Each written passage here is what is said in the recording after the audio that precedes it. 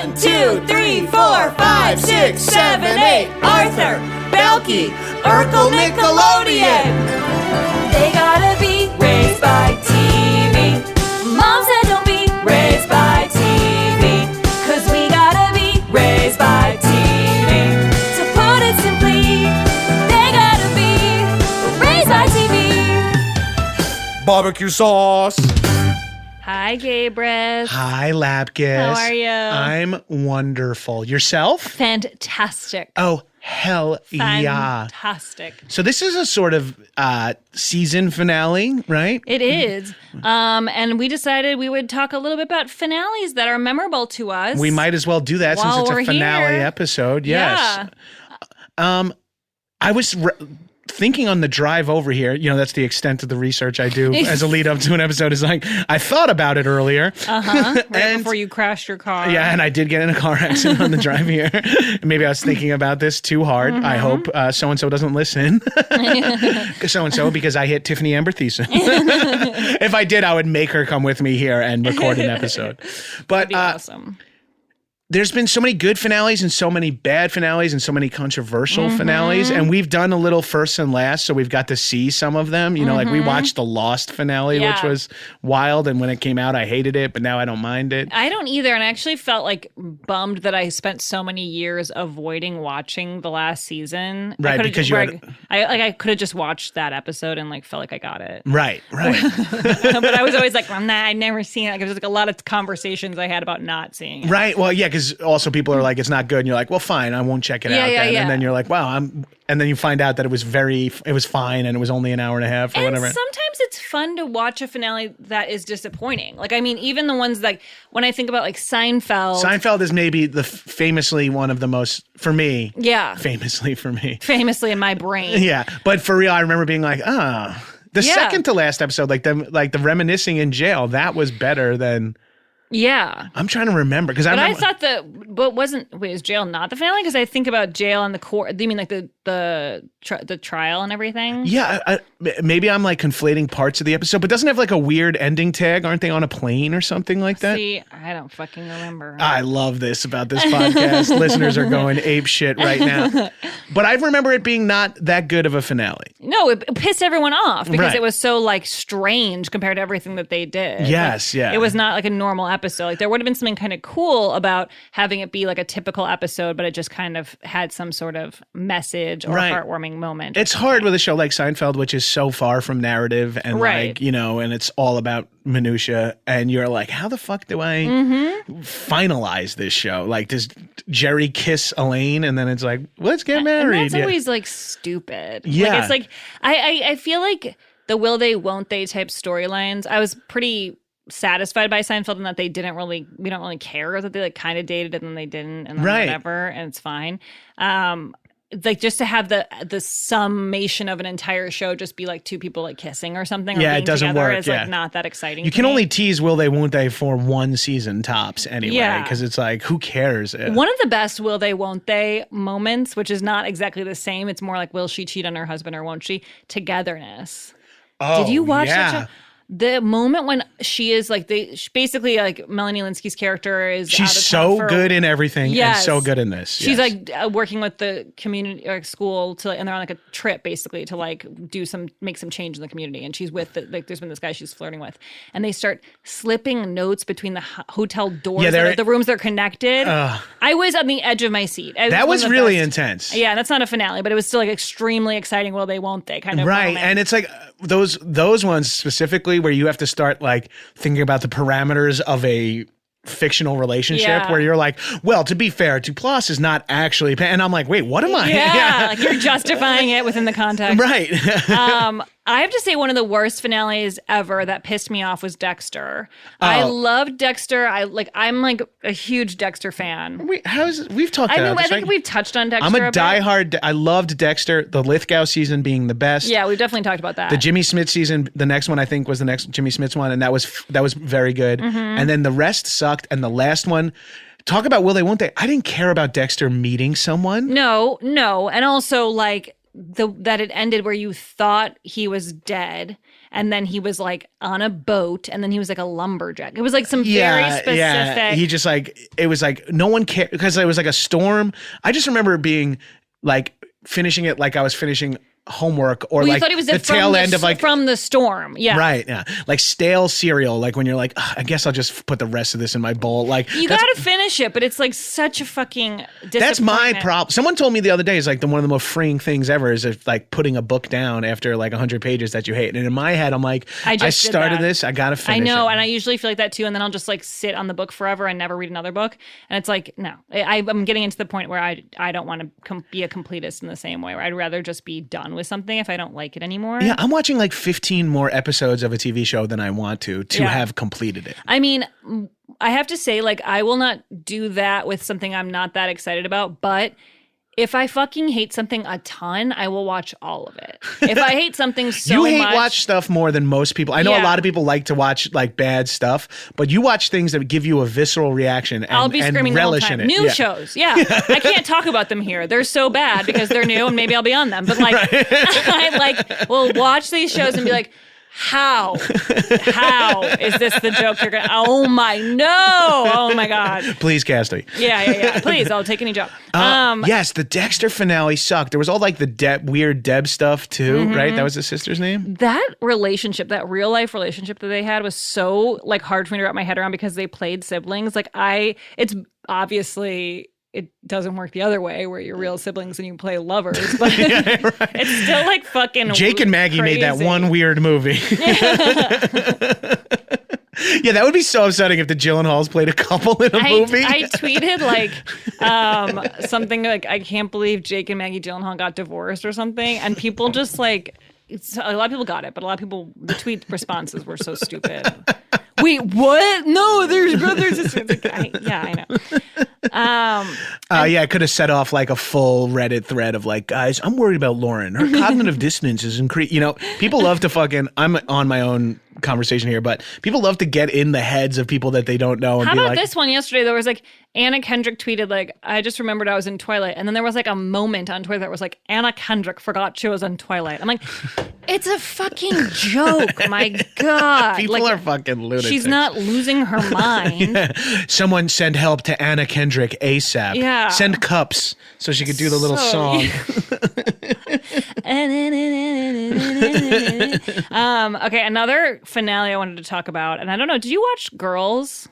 Yes, I love the finale. Girls. Me too, and I mean, I feel like Girls had moments where I was like not obsessed with it in the same way, where I would be like more critical of it and whatever. The finale, I think I ultimately left feeling pretty critical of the finale. The last season I thought was fantastic. It came back for me. Oh, really? Because I felt like they kind of, by having her get pregnant and have that situation, like where she just like suddenly has a baby and moves to like a college town and is doing that whole deal. It seemed so random. It seems like a premise of a new show. Yeah. That was hard for me as a viewer, because I was just like, I kind of want to see this character still dealing with the shit she's dealing with, but like in a more adult way, not like now she has like the biggest adult problem / situation. I was so obsessed with Allison Williams and Desi's. I'm that mixing. Was pretty fun. That whole plot line of their like moving into the apartment. That shit was making me so happy. That was so rich and like funny and fucked up. No, that's and true. upsetting. I'm basically just thinking about the main character. Yeah. No, it's true though. Yeah.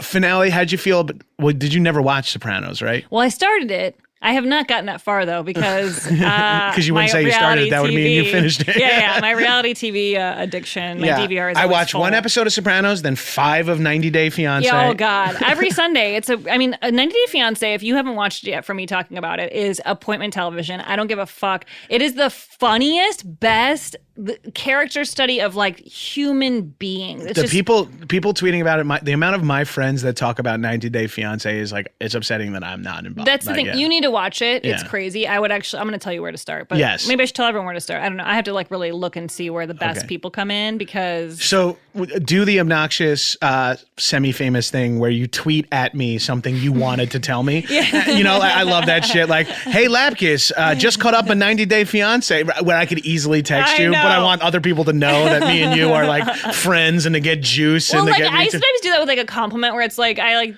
tweeted at Nicole Byer that like about her podcast. Right. I was like, then like people will see that episode was good. You're doing two things when you do that. It's helping people listen to it. Yeah. But also I have to say, I have to take a little bit of credit that so many people have messaged me about loving Terrace House from my talking about it on various podcasts. And I'm so happy. I don't even know that I've talked about it that much on this show as much. No, you haven't, because I know of it only because I don't listen to Freedom, but we talk about it in person a fair amount. And I should talk about it here just for a second, because if you don't listen to Freedom, you don't know about this show possibly. And it's Terrace House. It's on Netflix. It's a Japanese reality show. It's fascinating.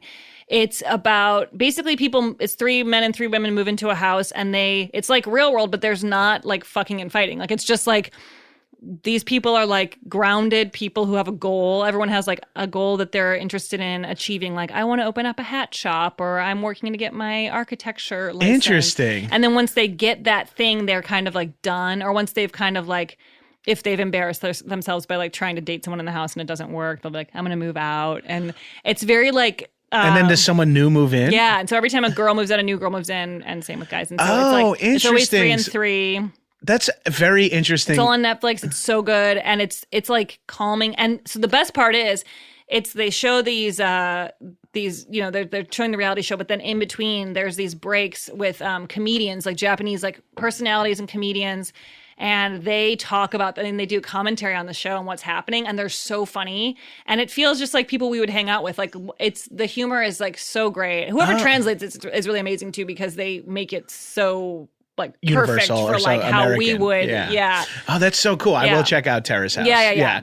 I mean, I guess I'll check out 90 Day Fiancé, but Terrace House sounds more in my wheel. They're both fantastic. Well, The Sopranos finale, I don't want to spoil it for you, but it's like one of those controversial what actually happened. Because didn't he pass away like before they shot it, or am I wrong? No, that happened after the fact. Okay. But it was like it goes black. Oh, like it's just one of those episodes where it just ends, and you don't know. They're at a diner, and you don't know if he kind of looks at someone weird, so you don't know if he's going to get whacked by that guy. You don't know if he's just resigned. I feel like with a story like that, that's okay. Like, because there's just from what I've seen, like there's constantly some crazy shit going down, right? That like you can kind of deduce like some shit's going to happen. And it's not a show that's like, who did what? You know what I mean? Like Lost. Hate that. Like Lost had questions that they had to answer, and they didn't do it. Like Sopranos, it wasn't like you were just more curious about the future of these characters you're with, not so much like I need resolution on X, Y, and Z. I always think it's super lame when they don't clear things up. Like if you have a huge question or a mystery involved with the show that's been keeping everyone watching. I mean, we kind of had that with Veronica Mars, where we felt like, this is a open-ended ending, and then they purposely left it open so they could do their movie. Well, yeah, because they thought they were going to do more, and then they ended up doing the movie. And now it's coming back. And Kareem Abdul-Jabbar is in the writer's room of the Veronica Mars reboot. What? Yes. What are you talking about? It's true. I don't know why I know that information, but it's 100% true. Kareem Abdul-Jabbar is a staff writer, or maybe co-EP or story editor on the new season of Veronica Mars. Okay, that makes no sense. He is a good writer. He writes, I've only read his like prose. He writes a lot of like, serious? Yeah, he writes a lot of like pop culture and sports articles that are actually really interesting and well written, but I don't know what his scripts look like. Interesting. Okay. Also, I have to say, if we're talking about finales, we have to talk about one of the most important finales of all time, which is Full House. When Michelle gets amnesia from falling off her horse, and she doesn't remember her family or any of their happy memories. Full House was like that's a classic sitcom finale, and they just went for it, which I appreciated. It's great. Really, that fantastic. Is a fuck. And then we learned on this one that the dinosaurs finale was a meteor extinction, which that's a great finale. I mean, really sad, but like a nice smart. Yeah. A nice use of the story that you've built. And we all know what happened to the dinosaurs in real life. Yeah. I mean, if you believe in that stuff. Yeah. God killed him so he can have a place for Adam and Eve to live. I've talked about this on this podcast and in any conversation ever that it comes up, but the best finale of TV that I've ever seen, I think, is 6 Feet Under. Okay, and that's a show that I still have on my list of like, and Mike says I need to watch it. The show is so good that we barely hang out outside of working together. Mm-hmm. The show is so good that I'd be like, I will come watch every episode that you need to watch with you. You know what I mean? I would commit to that to make sure you got to watch it. Yeah. And the show is so good all throughout, but the finale is like I mean, this is such a hyperbolic word, but it truly is powerful.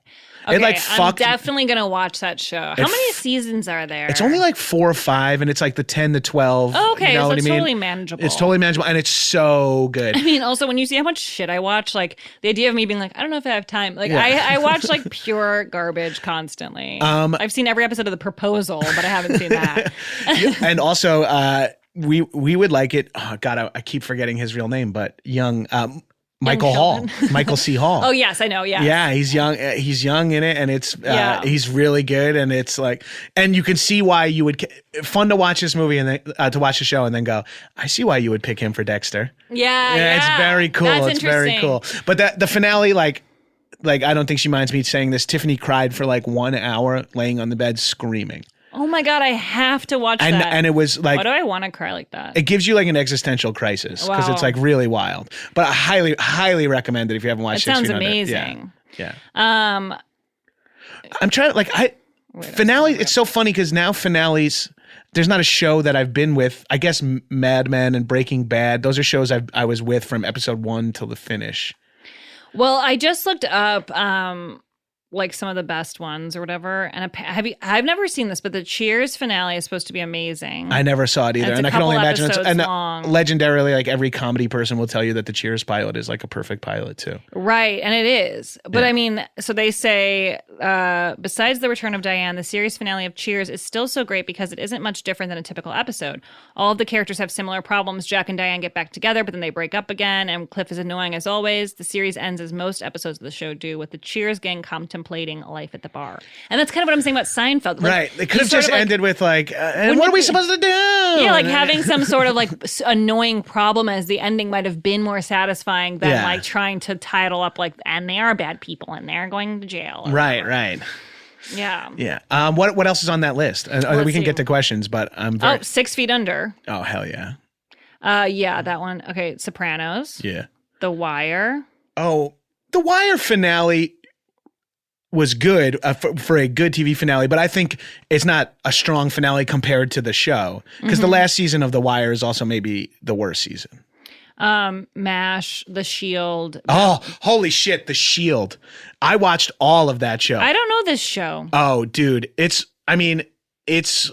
predates Sons of Anarchy. It's like, but it is like a Vic Mackey, played by Michael Chiklis, the commish, is like a crooked cop who is on the brink of getting caught or getting killed from episode 1. And the show is like 50, 60 episodes. Wow. And the finale is fucking intense.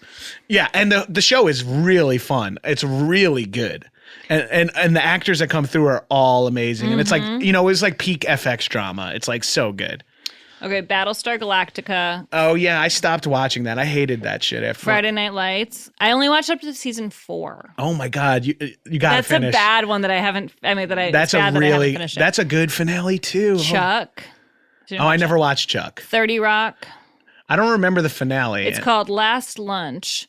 Ironically, one of the most memorable lines in Last Lunch is, "Don't you want to know how Mad Men ends?" Liz shouts this at Jack when he's about to leave to pursue a life at sea. He gives up immediately. This series finale has everything that everyone loved about the show: Liz and Jack's friendship, Lutz being the worst, and Jenna singing an awful but catchy song. And it wraps it all up by confirming the best running joke of the show: Kenneth is indeed immortal. Oh, yeah. That's funny.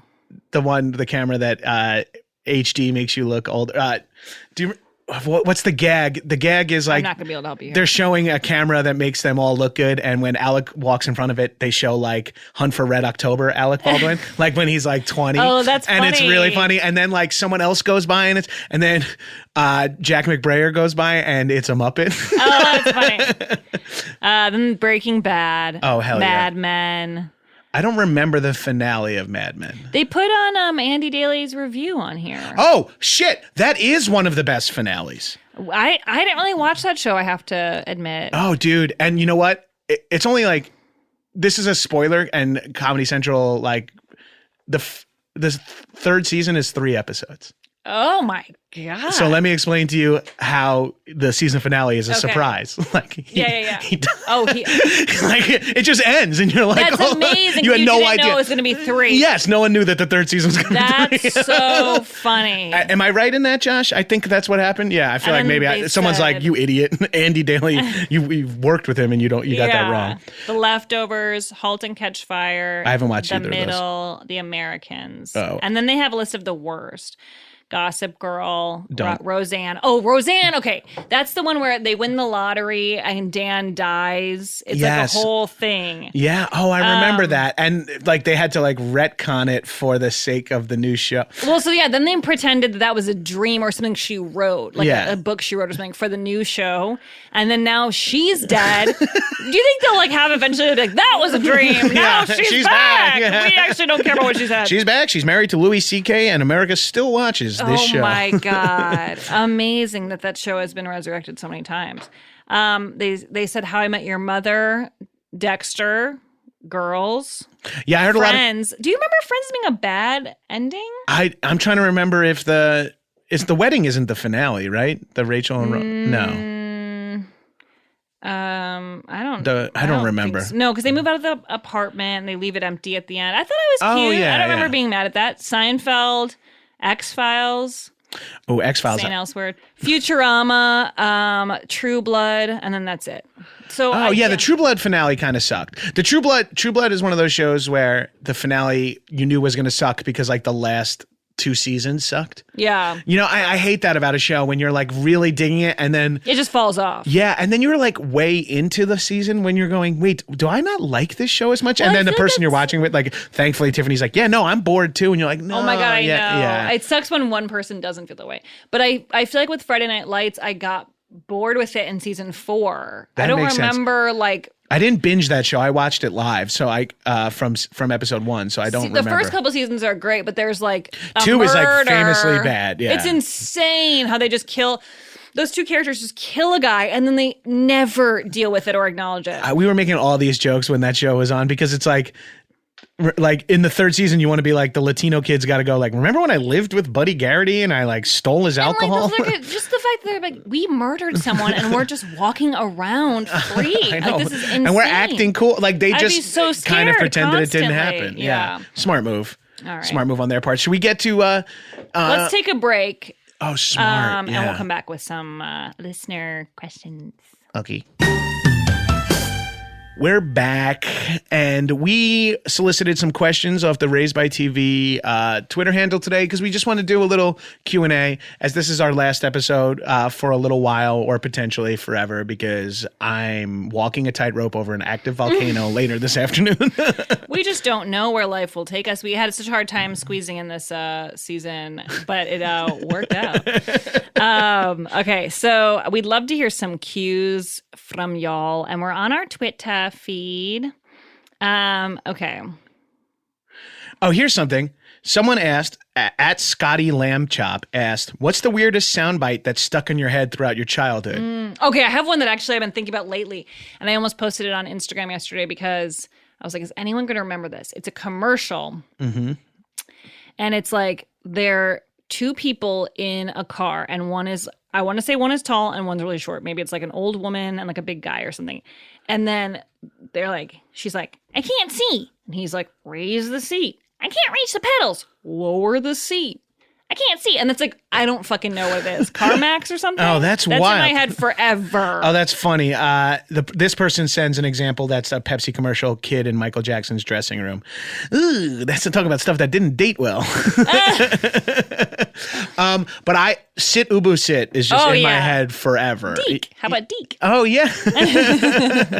All of those little things. Those like production cards. Yeah, I love those.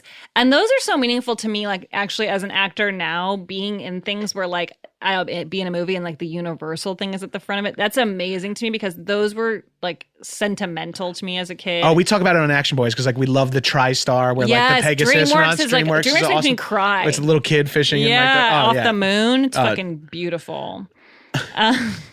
Okay, this one is from Edmund88 at Brood5. Did you want to be on All That? What was your fave character from it? Pierre Escargot, perhaps? I did want to be on All That. I thought that was so cool. Of course. And that was around the time that I knew I liked sketch comedy that I was watching that. And I was like, oh, kids doing sketch comedy. This is so awesome. Yeah. And like, I just read that there was this Amanda Bynes profile that came out yesterday. And it's Amanda Bynes breaks the internet. But it was really interesting. And she talks about, like, they talk about that. She had a rough patch, right? Yeah, more recently, but now she's doing well. It's actually pretty great. Good article. for her. Yeah. Guys, just so you know, a lot of your questions are just, do you remember? Like someone just wrote, do you remember Wild and Crazy Kids? Do you remember Parker Lewis Can't Lose? I loved that show, though. I don't know if we talked about. I was sexually attracted to Parker Lewis. Oh, that's fair. I was sexually attracted to Kubiak, the big guy with the suspenders. Okay, wait. Here's one that we don't think we have talked about, but maybe not. This one person says, how can we get Liam Lynch as a guest? Talk about Syphil and Ollie and its unceremonious cancellation, a.k.a. the beginning of the end of MTV. It's from @Sarucha. Do you remember Syphil and Ollie? Yes, I remember Syphil, the sock puppets, right? It was fucking funny. It's really funny. And it was dark, and I feel like, and just like, or just kind of off. And weird. And it was really cool. I remember. Yeah. Did you ever audition or want to be on MTV's The Real World or any other reality TV show? This is from @Nutbuttered. I probably told the story about how I auditioned to be on America's Next Top Model. I think you did. And I think I told how I was on Studio 7. Yeah, I would have loved to have been on Real World in the early days. I mean, I was like really little when the first teens or like 20-year-olds were on that show. Right. And I admired them so much. I always thought Real World would be dumb to be on, but Road Rules would be cool because it was like more of an event, and I don't know why I thought that. Would you ever want to be on The Challenge? Oh my God, by the way, I just saw the finale of The Challenge the other day. I was in a hotel, so I just turned on the TV and it was like the finale of that show, and I don't watch it. It's Real World Road Rules Challenge, but I think it's its own thing now. Yeah, it's great. There's no more Real World, no more Road Rules, but there's still The Challenge. Okay, and it's just called The Challenge. Yeah, the girl, this team of two, won $1 million, and it was basically the woman won it, and she could decide if she wanted to split it with her partner or keep it all for herself, and she kept it all for herself. And she was like, "Fuck you! You were mean to me the whole entire time. You're a horrible person." They played back all these clips of him being an asshole to her, and this guy was like, "You're a fucking bitch." You know what? I'm not going to say it. I'm going to pray for you. It was like, it was good. I was great TV to like tune into a finale. Is wild because they just get people like hopped up on fucking competition and alcohol. They were cracked out, dude, and they were mad as hell. And she kept $1 million, and I was like, that's a pretty good ending. Oh my God, that's brutal. Yeah. Oh, someone DM'd me, and I'm sorry I'm not going to be able to find it right now because I'll lose my place here, but about that we should talk about what shows we'd want to see rebooted. Oh, interesting. And it's a really tough call because I'm really on the fence about reboots. I enjoy some of them, and others I'm like, I find it to be that people are just trying to make money in a weird way. Like, I think some of them are worthwhile and some aren't. And so it's hard for me to say that I'd want to see a reboot of a show that I really liked because it doesn't always go well. And it can feel like really grubby, like someone just being like, I don't have an idea, I'll just get a bunch of money from this thing. And then I go like, why don't I just fucking do that? Reboots of low concept shows feel weird, too, where it's like, I'm going to do I understand like it's insane to do a reboot of Saved by the Bell. That doesn't appeal to me at all because Saved by the Bell is not good because of its premise. It's good because of like the magic and because I was young and it was actually bad. But like, if they wanted to reboot Quantum Leap, right? It's like that's a high premise. Like that could be really interesting. Like with the, yeah. Like I guess I don't really need it as much for like nostalgia as I would appreciate just for a good premise. Taking another crack at a good show. Yeah. I mean, that said, I would be thrilled to be on almost any reboot. I went to visit the set of Fuller House just because I knew someone who was working on it, and I was like, I just want to see it, and it was just fun just to be in the room. Oh, that's so awesome. I do think that like there is something said about that stuff. I would love to be standing on like Seinfeld's apartment. It's very cool, and it is. And I have obviously I'm very nostalgic and love to watch old things, so I get a good vibe out of seeing like an old set. Like I seeing the Roseanne set, I was really excited about, but at the same time, it's that question of like what would I think is worth bringing back that hasn't been brought back. So many things have been already. I don't know. I loved Who's the Boss, but yeah, right. But like that's a weird thing to reboot. But now it's like it wouldn't really work. It's like, God, Judith Light fucking smoke show. The whole cast is actually pretty gorgeous. Yeah. Well, like gorgeous people, of course. There's like an episode where Mona is in like a bikini and it's like burned into my head. And it's okay, awesome. she was what, like 60? Yeah, and she was hot AF. Wow, that's a lot, dude. Oh, here's a good question, and maybe we've talked about this. This is from Ann Perkins with 2 S's. You've probably said this in a pod, but what's one reality competition show you think you would be good on? Not like what you want to be on, but what would you actually be good at? Oh, wow. Survivor, Amazing Race, Bachelor, Big Brother. Ooh, God. I really don't know. What do you think you'd be good at? I think I like games. Yeah, I'm good at games. I'm good at problem solving. I'm good at directions, so I feel like I might be okay at Amazing Race. I'm not good on low food. No, so. like I think like Survivor, I'd be horrible because I don't want to do anything scary. Yeah. And then like Amazing Race, like this is the same thing. Like you have to like travel and do weird shit, and like it would make me probably really nervous. I think I'm humiliated to say that. Maybe like I wish the answer was Jeopardy, but I think the answer is Fear Factor.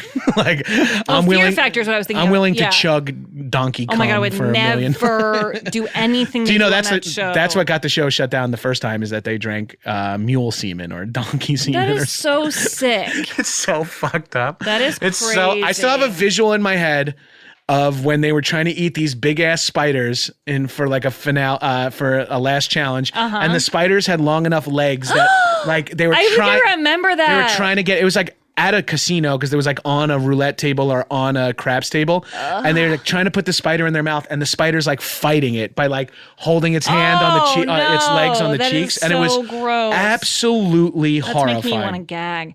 There was just this Instagram post that Nicole Kidman put up of finding a tarantula in her yard, and her kids were like screaming, and she got it out of her yard. But it was like, I don't think I could even live somewhere where that's a possibility. That kind of thing is.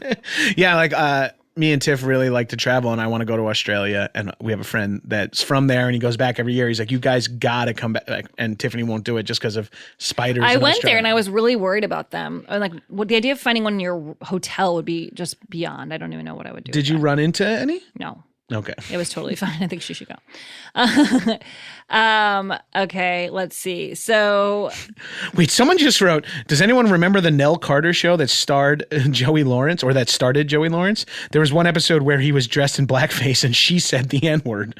WTF? way. Question mark? I do remember that show. I don't remember the show. I don't even like no, wait, I feel like that would have come up let's again. Get that Yeah. show up here. This kind of music makes me feel so good. Give me a break. Now I know what it's. Oh, I know this, yeah. Putting a new face on the old one. Ready for Starring Dolph anything. Sweet. Playing with fate, not a moment too late. Showing the whole world nothing can get me down. I mean, it's Nell Carter, right? So Yeah. It's gotta be. Give me a break. Yeah. Give me a break. There's Joey Lawrence with full mushroom bowl cut. Yeah. I finally know where I belong. Give me a break. Yeah. Give me a break. 'Cause I still need one. Give me a break. Yeah. I finally know where I belong. Give me a break. Fantastic. But I guess they had a questionable episode. Yeah, we'll have to look into that. Thank you for that question. Here's one from Signed Sealed Delivered at K_Brinst. Best Saturday morning breakfast cereal. I was always jealous of my friends who had Reese's Puffs. I loved Reese's Puffs. Oh, interesting You know choice what of the was phrase Saturday breakfast cereal. That's true because it was every day.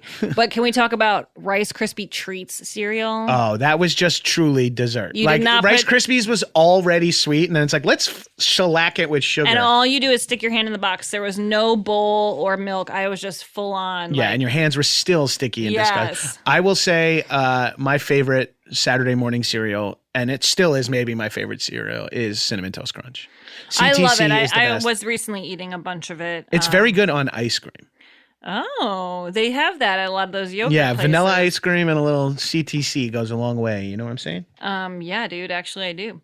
This one comes from Ben at Ben H. Dudley. Why is Arthur so comforting? Long after giving up most cartoons as being for kids, I secretly watched Arthur even though it felt like a baby show. Maybe because it was right after school, so you're still riding the schools out endorphins. That would be a good reason. I was honestly sad the other day and started watching Arthur. I don't know. It is very cozy. so- The art is cozy. The way they all talk is kind of chill. It's like watching that side by side to like Pokemon, you know, is like an insane. And when you were like growing up, did you feel like you still like I sometimes loved watching baby shows because like it felt like good. Like oh, interesting. I loved watching Richard Scarry. It was very good for me to Town. I liked watching Sesame Street because like it helped me with letters and numbers and when stuff you were when like I was 15. like 16. Yeah, I always had the opposite. Like when I was a kid, I rejected anything that looked too girly, too young, or too farty. Like someone else asked, did you ever watch soap operas with your mom or whatever? And first of all, my mom was gone all the time, so she was working, but I wouldn't have watched it because I thought it looked stupid or that it was for girls. Oh, okay, and I was like sort of like little boy of the 90s, 80s and 90s where I was like, that's a girl's show. Right. And then I remember like started reading Babysitter's Club. I think I've talked about this to like talk to girls. And then all of a sudden I was like, this is actually really good. Then I tried Beverly Hills 90210 and I was like, this is really good. They remade Babysitter's Club as like graphic novels, I think. It looks so fucking cool. Oh, that's here's a good question from the Cheers theme guy. Streets Ahead WV. First TV character to awaken you sexually. Mine was Melody from Hey Dude. Oh yeah, she was very hot. Mine was Brandon from 90210. Yeah. I was like 5. Mine was like Kelly Kapowski and I was like 9 or 10. Yeah. But the first, as I got older, the first one that felt like once I kind of understood what my horniness was, the one that really got me really hard, which I would have been 12 or 13, so I was like old enough, but the trailer for Clueless. Wow. When she goes, it's a dress, says who? Calvin Klein. And she like her voice cracks on that's burned in my fucking head. Yeah. That shit fucked me up. Yeah, dude, you're not well. No, I'm not well at all. I miss you, Miss Silverstone. How about this one?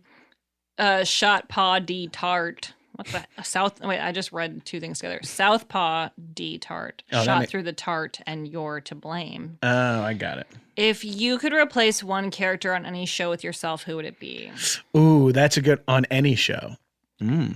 I'd be Jeff Probst. Just pick because his career's been really stable, dude. I feel like I'd have to go. I mean, you know, it's hard to want to say Saved by the Bell. I when I really think about it, like I'd rather be on like a fantastic show that like people love. Like I don't want to be Miranda, right, on Sex and the City or something like that's like Miranda. We probably did talk about this, but like back in the day watching it, you're like, no one wants to be a Miranda. It's like insulting if someone says you're the Miranda. Now it's like, I want to be Miranda. And I feel like most women identify that way. I wonder how, like, I would love to have, when the show was on, poll 15-year-olds, 25-year-olds, 35-year-olds, 45-year-olds, and see who everyone thought they were and who they hated and who they liked. Mm-hmm. I think the answer, and this is a ridiculous answer, but I think I would want Mitch Buchanan's role on Baywatch. Who's that? Hasselhoff. I would want to be Hasselhoff. Get him out of the way. Put me in this show. Yeah. I'm getting to play in the ocean or fake pools that pretending to be the ocean, jumping off boats, chicks in bathing suits. Yeah. It seems like a great gig for me. Yeah. And I have the lifeguard experience to bring into it. If I can't bring a modicum of acting talent to the set, at least I could bring my lifeguard knowledge. Yeah, I mean, I think that'd be really fun to watch you in that. I wish someone would green screen that too. Oh, I should cut myself into an episode of Baywatch. Okay, this one comes from Polly Z77. How much social engagement? I'm going to rephrase it for him. How many social engagements did you blow off when you were younger because you wanted to watch a show? Do you regret it? Did you ever like not go to something because you wanted to watch something? Yeah, I feel like, and I don't know if it's laziness or like dedication to the show too. Mm-hmm. Do you know what I mean? Where I'd rather watch a show I wasn't even enjoying that much than go to something. I feel like, I don't really have a memory of actively being like, I can't go on Friday because this is on. But I think I probably didn't make plans if I was like enjoying watching something. It's how I am now. Right, yeah. So I could go to an improv show or I could stay on the couch and watch a bunch of good shit. I'm probably going to do that nowadays. Where before that would have not been the case at all. I'm regressing, I think. I feel like I didn't have that many social engagements lined up when I was younger and blew it off. Like, it's not like, should I go to a party or should I watch this show?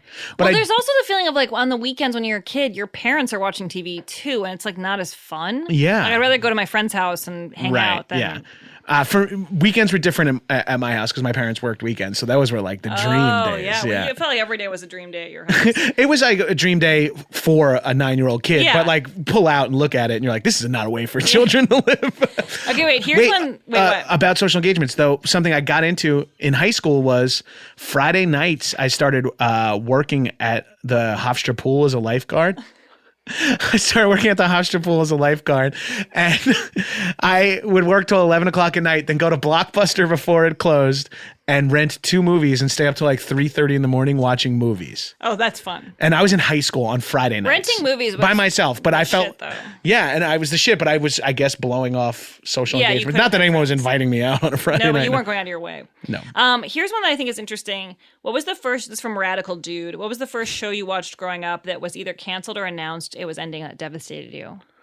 I don't feel like I was aware at all that things were canceled. Yeah. Or new. It just was on. Like I feel like people are much more aware of this because of social media and the internet. Like Right. you can be like, this show's been canceled, and now it's like news to everyone. Like fandom in general was able to increase, so then you could also keep updates of like, they are going to do another season. Yeah. Now, again, just like you, I wasn't informed as to what was canceled or not, but I do remember being able to watch Herman's Head after Simpsons and liking the show a lot because it was like kind of like weird and out there, Yeah. and then like it not being around. Yeah, I remember being like aware that I couldn't ever see something again. Right, but it you like wasn't even thinking canceled I didn't necessarily, just understand. thinking over. Yeah, right? it's just gone. I don't know. Oh, weird. Yeah, I'm with you on that. This is from R_Nick NIQ. What were your favorite, most memorable holiday episodes?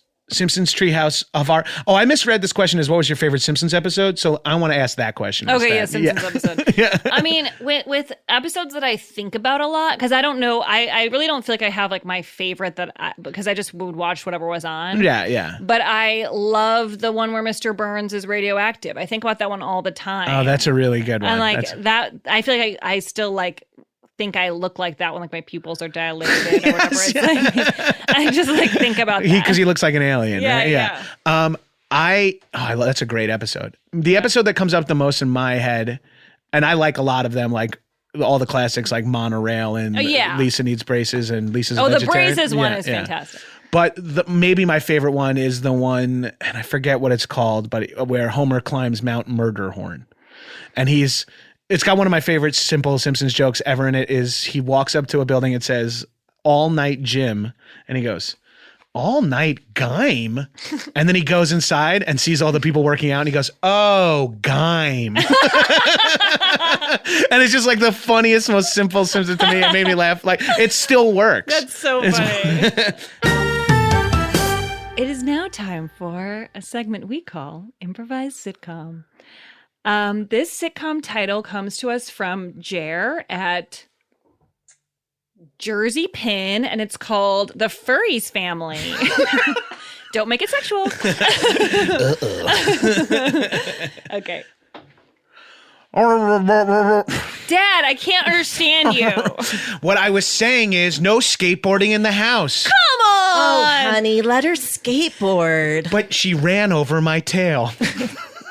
Well, I thought you weren't going to wear your tail between 9 to 5 anymore. You said. Well, since I was fired from teaching, I'm now an at-home dad. And when I'm at home, you know I'm a furry. Your father is a furry. Your husband is a furry. That's life here. Roger, I have a surprise for you. And it was Michelle's idea. Uh-oh. No. There's a furry convention this weekend. No. We're going to go with you. As a family, I'm tired of you going on your own. Yeah, and Mom got me an outfit to wear. Look. Oh, man. I have no physical response to that at all. It's just a wonderful that I'm so excited. Oh, I had to sew up the holes. Yeah, sorry. But Mom, put yours on. Okay. Oh, and thank you for not sewing up your holes, hon. She added extras in the armpits and knee cracks. Well, Deb knows what her man likes. Roger. You guys stop. I'm embarrassed. Don't be embarrassed. Come on, now let's all go outside on the front. I know there's a school field day happening, but let's go outside on the front lawn and take our photo. Wait, No. Roger, are you sure they did fire you as a teacher? Yeah, are you trying to do this to spite them? Look, I have my calendars all fucked up. I didn't even know there was a furry convention in our town this weekend. Yeah, but you knew it was field day. I still get the school alerts. And scene. Got this dad putting his hard drives in the fireplace.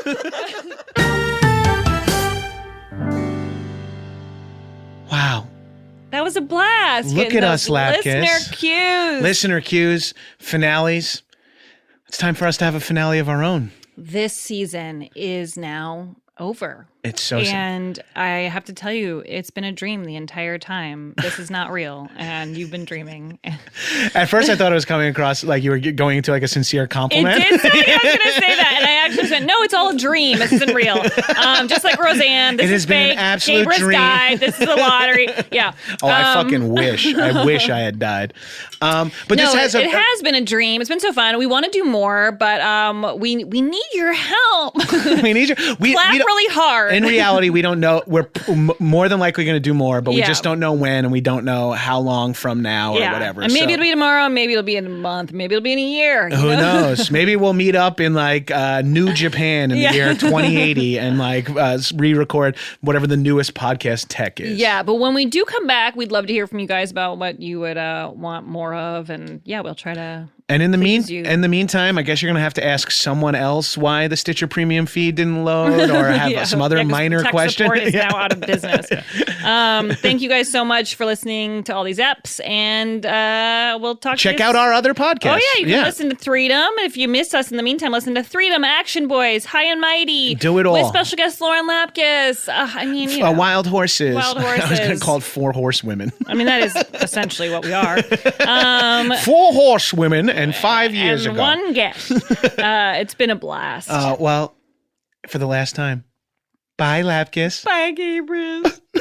Until next Oh, time. thank God we're done recording. Oh, fuck you, man. I fucking can't hate you. stand you, and I only do this for the money. I can't wait till the next get the season. fuck to fuck out of it. here. All right, And well, you know what? fuck you. And you hit my car on the way and act like it didn't happen.